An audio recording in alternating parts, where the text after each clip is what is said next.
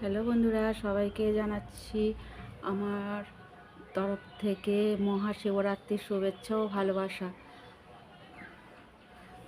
কি বলবো, আমি ছোটোবেলা থেকে শিবরাত্রি করতাম, ঠিক আছে।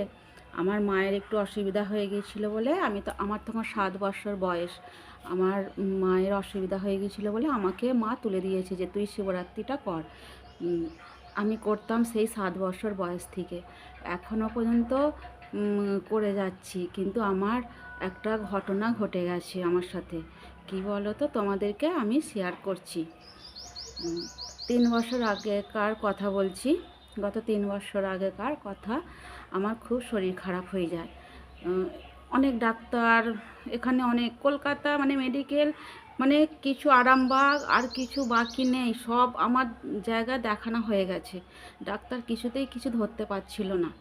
তার জন্য এবার তোমাদের দাদা ভাই বলল যে না, এখানে তো হবে না। তা আমার এত টাকা খরচাও হয়ে যাচ্ছে, আমার এখানে টাকাও শেষ হয়ে আসছে।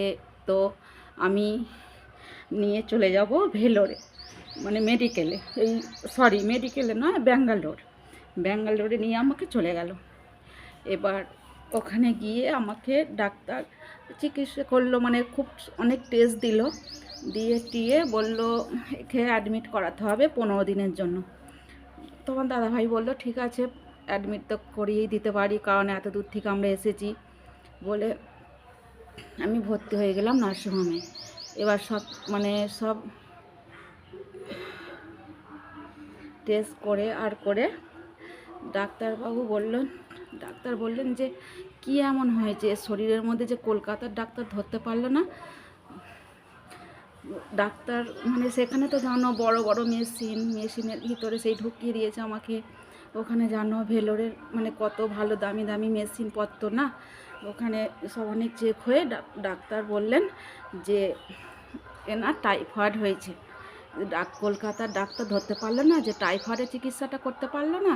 তোমরা এত দূরে ছুটে এসেছো, কিন্তু হ্যাঁ তোমরা বলবে যে দিদি ভাই ওখানের কোনো পোস্ট দাওনি কেন, কিংবা ভিডিও মানে দাওনি কেন।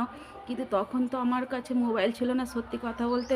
তোমার দাদা ভাইয়ের কাছে মোবাইল ছিল, কিন্তু ওই মুহূর্তে আর মানে ভিডিও করার সময় মানে পাইনি, কারণ ও একা গিয়েছিল ওখানের মধ্যে। ও একা, কারো মানে দালাল ধরেনি, কারো একাই চলে গেছিলো, ওর মাথা ঠিক ছিল না। কিন্তু হ্যাঁ একটা মানে তুলেছি মানে এয়ারপোর্টে, তোমাদেরকে ওটা দেখাবার চেষ্টা করব, ঠিক আছে।